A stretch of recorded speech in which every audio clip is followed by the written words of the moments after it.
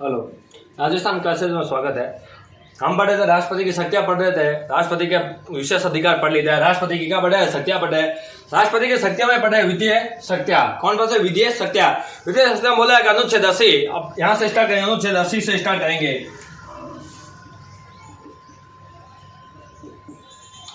अनुच्छेद 80 में क्या है? राष्ट्रपति राज्यसभा में कितने 12 सदस्यों को क्या करता है? मनोनीत करता है।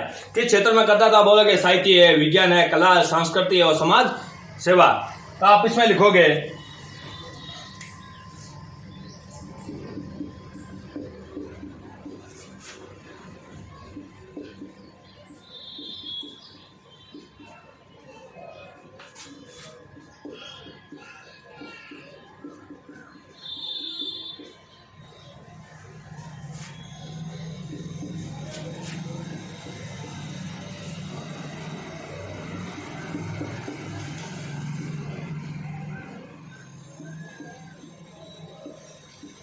इसमें लिखा है राष्ट्रपति राज्यसभा में 12 सदस्यों को मनोनीत करता है। किस? आप बोलोगे साहित्य के क्षेत्र में।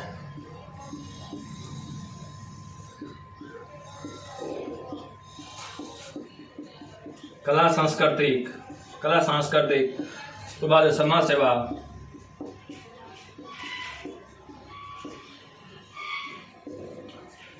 विज्ञान,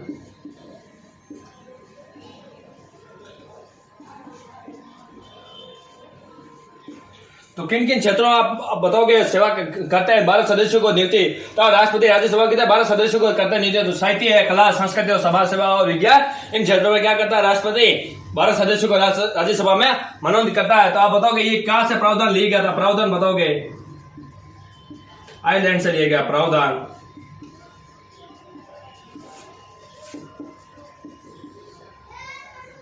ये प्रावधान कहां से लिया गया है? तो आप बताओगे आयरलैंड से लिया गया है। राष्ट्रपति किसे 12 सदस्य को तो राज्यसभा में करता है। पहले क्या था? जो राष्ट्रपति तो 2 सदस्य को, कितने 2 सदस्य, 2 अंगल भारतीयों को किसमें नियुक्ति करता था? लोकसभा में भी करता था। लोकसभा में दो जनों को करता। लेकिन अब ये प्रावधान क्या कर दिया? समाप्त कर दिया है। अब इन 2 सदस्यों को क्या लोकसभा में नहीं करता है, क्योंकि अंगल भारतीय का मतलब होता है कि उनका माता या पिता दोनों में क्या है? एक भारतीय होना चाहिए, एक विदेशी होना चाहिए। लेकिन अब ये क्या प्रावधान समाप्त कर दिया? लोकसभा में नहीं करते हैं सदस्य को मनोनीत, लेकिन राज्यसभा में 12 सदस्यों को आज भी मनोनीत करता है राष्ट्रपति। आप ये नोट कर लो। अब अनुच्छेद पढ़ लिया है 80। अब अनुच्छेद 85 आ रहा है। वित्तीय शक्तियां मतलब क्या? वित्तीय शक्तियां का मतलब क्या? राष्ट्रपति के पास ऐसे अधिकार होते हैं। तो राष्ट्रपति जैसे कि राज्यसभा में मनोनीत करना सदस्य किसके अधिकार है? राष्ट्रपति के पास है। वित्तीय शक्तियों में आती है। उसके बाद राष्ट्रपति संसद की क्या सत्र को बुला भी सकता है, सत्र को क्या समाप्त करता है। ये किसका अधिकार है? राष्ट्रपति के पास है। लेकिन अध्यक्षता कौन करेगा? लोकसभा का सत्र होगा तो लोकसभा अध्यक्ष होगा, और राज्यसभा का सत्र होगा तो कौन करेगा? राज्यसभा सभापति करेंगे। तो अब इसमें लिखोगे अनुच्छेद 85 में लिखोगे आप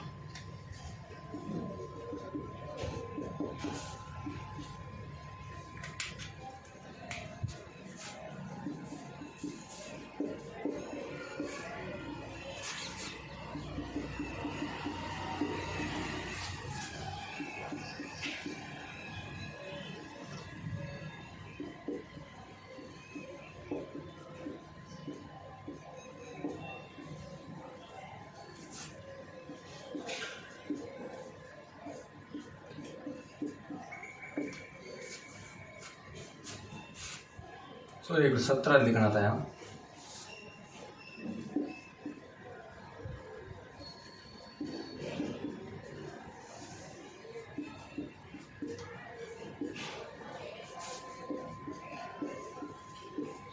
इसमें क्या लिखा? अनुच्छेद 85 लिखा राष्ट्रपति संसद के सत्र को बुलाना। संसद के क्या सत्र को बुलाता है? कौन बुलाता है? सत्र को बुलाता कौन है? राष्ट्रपति। लेकिन समाप्त कौन भी करता है? राष्ट्रपति करता है। लेकिन इसकी अध्यक्षता आप नोट लगाओगे, सत्र की अध्यक्षता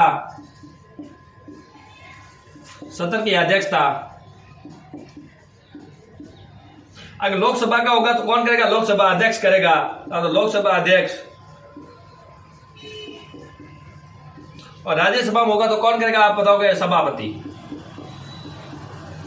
कौन करेगा? सभापति। जब सत्र हो गए, संयुक्त सत्र होगा तो कौन अध्यक्ष करेगा? तो संयुक्त सत्र में भी कौन करेगा? लोकसभा अध्यक्ष करेगा। लेकिन अगर अलग अलग हो जाएगा, अगर लोकसभा के में होगा लोकसभा में कौन करेगा? लोकसभा अध्यक्ष ही करेगा। अगर राज्यसभा में होगा तो राज्यसभा कौन? सभापति करेगा। अध्यक्षता करते हैं। आगे लिखो आप,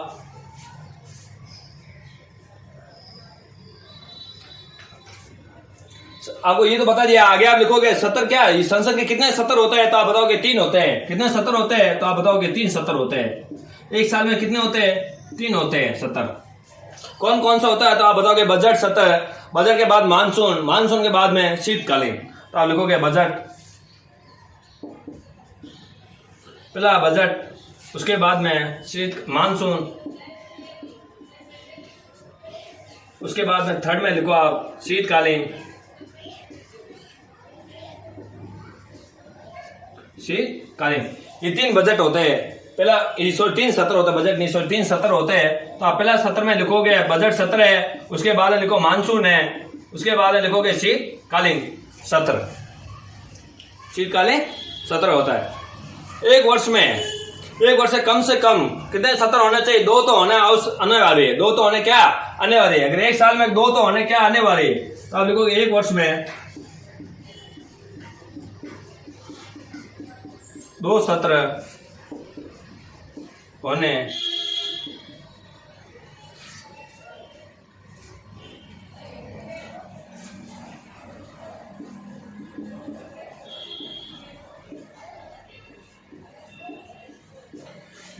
क्या आवश्यक है। लेकिन अगर प्रथम सत्र क्या है, प्रथम सत्र का अंतिम बैठक, मान लो कि प्रथम सत्र का इसकी अंतिम बैठक और दूसरे सत्र की प्रथम बैठक, इन दोनों के बीच में कितना टाइमिंग होना चाहिए, 6 माह का। 6 माह से अधिक नहीं होना चाहिए।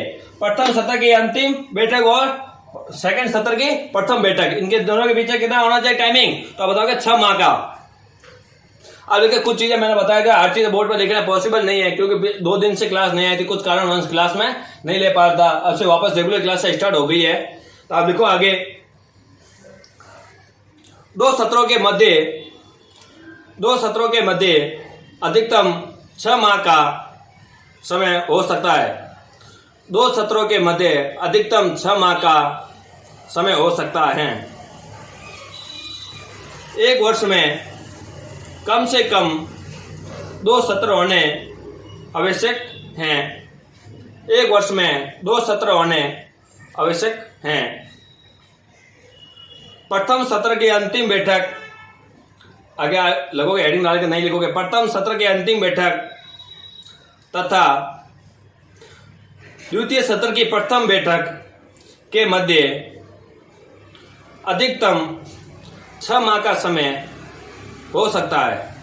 मैंने आपको बताया क्या, जो प्रथम सत्र होगा उसकी प्रथम अंतिम बैठक और सेकंड सत्र की प्रथम बैठक, दोनों के बीच में कितना होना चाहिए टाइम, अब बताओगे 6 माह का होना चाहिए। लिख लिया आपने। आगे और लिखो, संसद का सत्र समाप्त राष्ट्रपति करता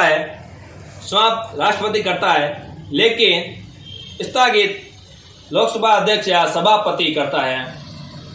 संसद का सत्र समाप्त राष्ट्रपति करता है, लेकिन स्थगित लोकसभा अध्यक्ष तथा सभापति करता है। ये बार आप नोट कर लो, ये वाला। अब एक साइड लिखेंगे राष्ट्रपति देखिए, एक बार राष्ट्रपति, एक बार लोकसभा अध्यक्ष और सभापति। इस साइड लिखेंगे राष्ट्रपति, इस साइड लिखोगे लोकसभा अध्यक्ष और सभापति।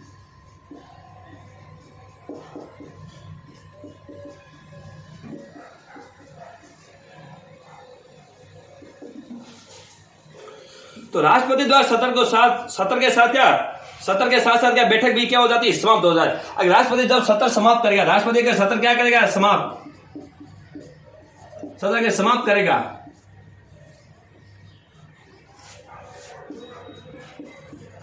राष्ट्रपति के सत्र समाप्त करता है, इसके साथ साथ क्या बैठक भी क्या हो जाती है, समाप्त होती है। साथ साथ में क्या होती है, बैठक भी क्या हो जाती है, समाप्त हो जाती है।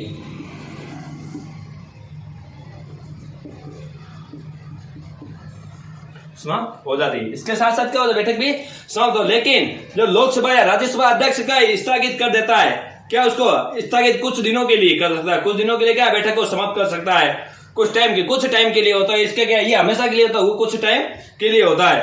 तो आप लिखो आगे और लिखो, इसमें क्या है, कुछ टाइम के लिए समाप्त होता है, कुछ दिनों के लिए हो सकता है, या कुछ टाइम के लिए, कुछ समय या दिनों के लिए समाप्त होती है। ये क्या स्थगित करता है, स्थगित करता है, इसका मतलब कुछ टाइम के लिए, मान लो कि इन्होंने कहा आज के लिए क्या समाप्त कर ले, कल वापस सत्र स्टार्ट हो सकता है। ये कर देंगे एक दो दिन नहीं हो पाएंगे, एक दो दिन के बाद सत्र वापस स्टार्ट होगा। इस प्रकार क्या क्या करता है लोकसभा अध्यक्ष और सभापति सत्र को स्थगित करता है। लेकिन जब राष्ट्रपति क्या करता है, सत्र को समाप्त करता है, राष्ट्रपति के सत्र को समाप्त करता है, उसके साथ क्या बैठक भी समाप्त होती है। उस बैठक में जितने भी हो, मतलब एक होता है, अब मैंने सत्र बताया था 3 होते हैं, बजट, मानसून और शीतकालीन। तो अगर एक बार कर दिया तो वो पूरा क्या हो जाएगा, समाप्त हो जाएगा। आगे आप लिखो, संसद को कुछ मिनट या घंटे, डैश लगा के लिखोगे आप सब, ये मिनट, घंटे, डैश में लिखोगे दिन या माह, अनिश्चित काल के लिए स्थगित किया जा सकता है।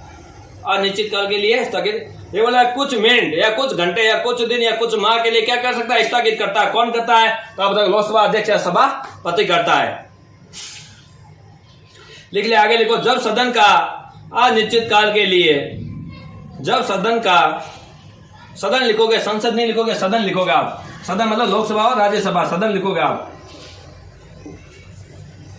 जब सदन का अनिश्चित काल के लिए स्थगित कर दिया जाता है, स्थगित कर दिया जाता है, तो संसदीय भाषा में इसे साइन डाई कहते हैं। इसको ऐसे लिखो, साइन कहता है,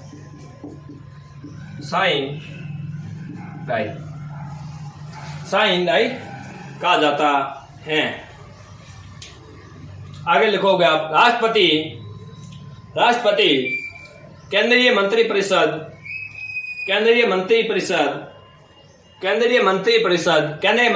का प्रधान कौन होता है, प्रधानमंत्री होता है। जो मंत्रिपरिषद होती है उसका प्रधान कौन होता है, अब बताओ क्या, प्रधानमंत्री। राष्ट्रपति केंद्रीय मंत्रिपरिषद की सलाह पर लोकसभा को भंग कर सकता है, भंग कर सकता है, भंग कर सकता है मतलब उसको समाप्त कर सकता है। कौन करता है, तो बताओ क्या, राष्ट्रपति कर सकता है। राज्यसभा को भंग नहीं किया जा सकता है, लोकसभा को भंग किया जा सकता है। आगे लिखोगे, लोकसभा एक अस्थायी सदन है। लोकसभा क्या है, एक अस्थायी सदन। लेकिन आप बताओ कि राज्यसभा क्या स्थायी सदन है। आगे अनुच्छेद बता रहा है 86। अब अनुच्छेद 86 में क्या है, राष्ट्रपति को संदेश भेजने का अधिकार, राष्ट्रपति को संदेश भेजने का अधिकार। अब ये भाई ये नोट कर लिया, आपको अगर नहीं समझ में आए तो वापस मेरे को बोल देना, मैं आपको वापस समझा दूंगा। और देखोगे अनुच्छेद 86 में 86 जब पूछा गया राष्ट्रपति को संदेश भेजने का अधिकार।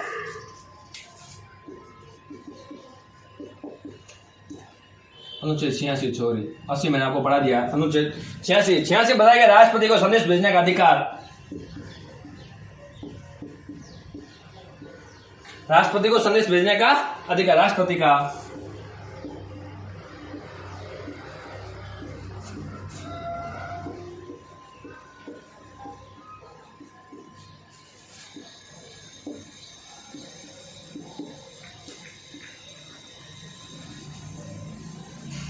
हम राष्ट्रपति किन कारणों से, कोई अगर विधायक है, क्या विधायक है, वो विधायक क्या होता है, निलंबित मतलब समाप्त हो जाता है, तो क्या क्या संसद को, क्या क्या राष्ट्रपति संसद को, दोनों सदनों को क्या करता है, संदेश भेजता है। कौन भेजता है, राष्ट्रपति। आप इसमें लिखोगे, जब विधायक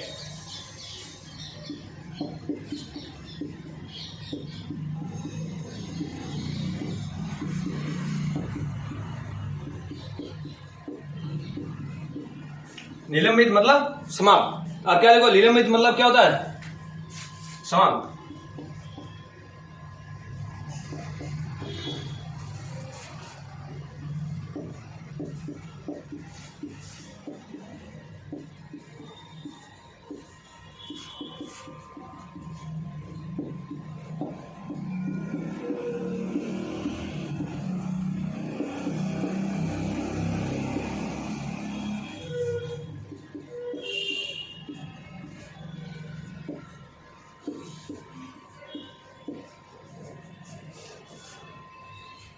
भेज सकता है या भेजता, आप ऐसा लिख सकता है। ये वो जब विधायक निलंबित या समाप्त हो जाता है तो राष्ट्रपति दोनों सदन के दोनों संसद के दोनों सदनों को क्या करता है, संदेश भेजता है।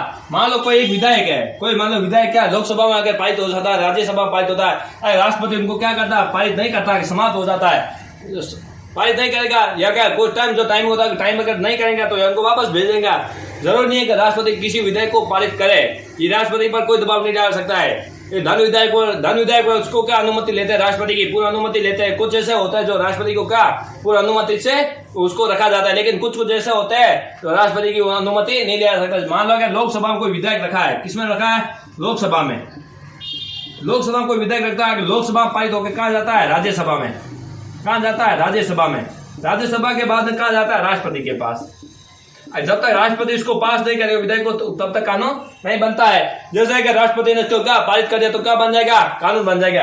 लेकिन अगर कोई विधेयक क्या निलंबित हो जाता है, क्या होता है निलंबित, तो क्या करेगा राष्ट्रपति, क्या करेगा, इन दोनों को क्या करेंगे, संदेश भेजेगा। दोनों, ये दोनों सदन है किसके, आप बताओ संसद के, तो ये दोनों संसद के क्या है, दोनों सदन है, संसद के दोनों क्या है, सदन है, संसद के दोनों ही सदन है, तो इनको क्या करें, संदेश भेजेंगे। कौन भेजेंगे, राष्ट्रपति भेजेंगे। अगर अनुच्छेद 87 है, 87 में राष्ट्रपति संसद के दोनों सदनों को क्या संयुक्त बैठक है क्या संबोधित कर सकता है। कौन करता है, राष्ट्रपति। राष्ट्रपति कब कब करता है संबोधित, पहला तो होगा जब राष्ट्रपति क्या, जब मान लो अगर प्रथम लोकसभा का नई लोकसभा का गठन होता है तो उस टाइम संबोधित करता है। कौन करता है, राष्ट्रपति करता, अभिभाषण देता है उस टाइम। अब ये नोट कर लिया, आप आगे पढ़ेंगे। हम अनुच्छेद 87, अब अनुच्छेद 87 में लिखोगे राष्ट्रपति संसद के दोनों सदनों को संयुक्त रूप से संबोधित करता है।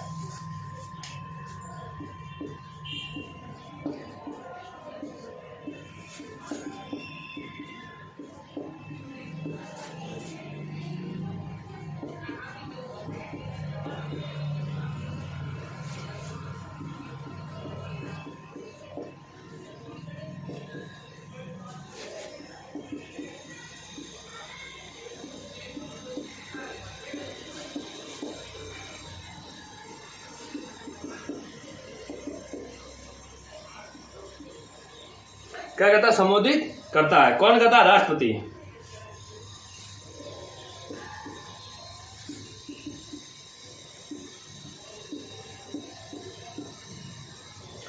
अब अनुच्छेद 87, राष्ट्रपति संसद के दोनों सदनों को संयुक्त रूप से संबोधित कर सकता है। उद्देश्य क्या, अभिभाषित या भाषण, अभिभाषित मतलब या भाषण देना या संबोधित करना। राष्ट्रपति जब भाषण नहीं देते, जब मान को इस बार 2019 के वोट हुए थे, जब प्रथम लोकसभा बने थे तो दोनों सदनों के क्या संयुक्त उनको बैठक बुलाई गई, संयुक्त बैठक संबोधित किया था ना दोनों सदनों को। इसी प्रकार के क्या करते हैं, राष्ट्रपति के 3 परिस्थितियों में क्या करते हैं, संबोधित करते हैं। 3 परिस्थिति कौन से, पहला होता है बजट सत्र के एक दिन पूर्व, जब बजट सत्र होता है, कौन सा सत्र होता है, बजट सत्र।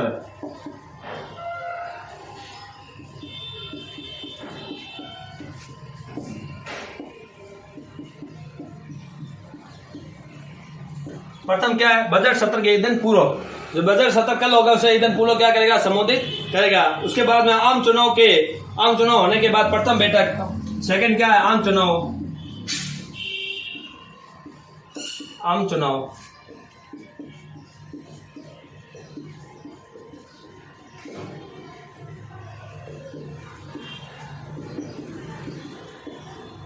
प्रथम बैठक, जब आम चुनाव होता है उसकी प्रथम बैठक उस समय कौन संबोधित करता है, राष्ट्रपति करता है। उसके बाद थर्ड कौन सा आता है, तो विदेशी मेहमान आते हैं तो उनका कौन करता है, आगमन पर क्या करता है, राष्ट्रपति। थर्ड में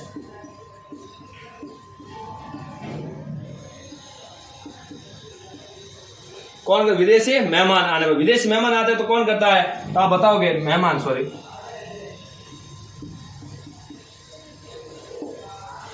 विदेशी जब मेहमान आते हैं, विदेशी मेहमान, तो उनको संबोधित करने के लिए कौन होता है, राष्ट्रपति करता संबोधित। उनके आगमन पर कौन संबोधित करता है, तो बताओगे, राष्ट्रपति संबोधित करते हैं। सही लिख दो आप।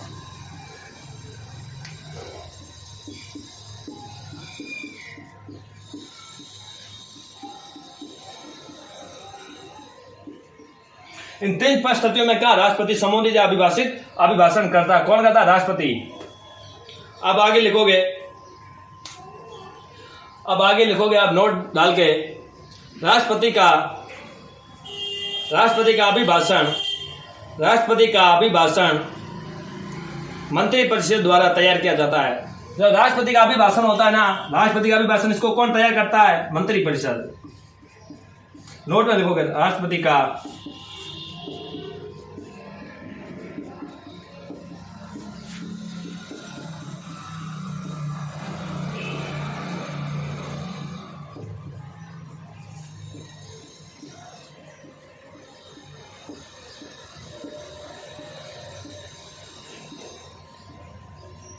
कौन अभिभाषण तैयार करता है? मंत्रिपरिषद तैयार करती है।